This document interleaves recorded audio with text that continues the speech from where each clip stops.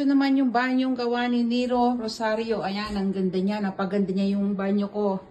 So, nagawa niya ng paraan yung aking exhaust fan at saka ilaw ng banyo. So, ang ganda ng pagkakagawa ng kisame ngayon. Kumbaga, na-modernize niya yung lumang-lumang banyo ko. Tapos, ang pinakamaganda ay yung pinto ng shower. Ayan, talagang naganda-ganda ako sa pinto niya. Ang tibay. Ayan. In-order pa namin sa online yung kanyang door. At nabili namin yan sa Home Depot. Yung flooring. So, ang husay-husay ng pagkakagawa niya. Yan, pati yung shower, yung ilaw. At napahusay ako talaga sa kanya dahil mahusay siyang tubero. Dati nandyan yung sink ko. Masikip na masikip.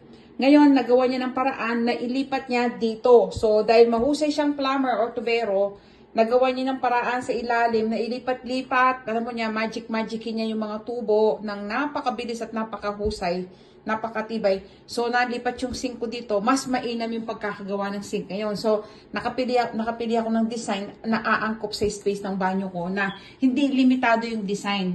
Ayan. Ganyan kahusay si Nero Rosario. Kontakin lang nyo sa mga gusto magpagawa ng banyo.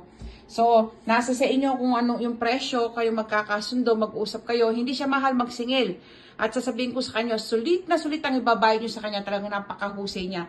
Kung saan nyo gusto ipwesto yung inyong sink, ang inyong toilet bowl o shower, magagawa niya ng paraan. Lahat yan.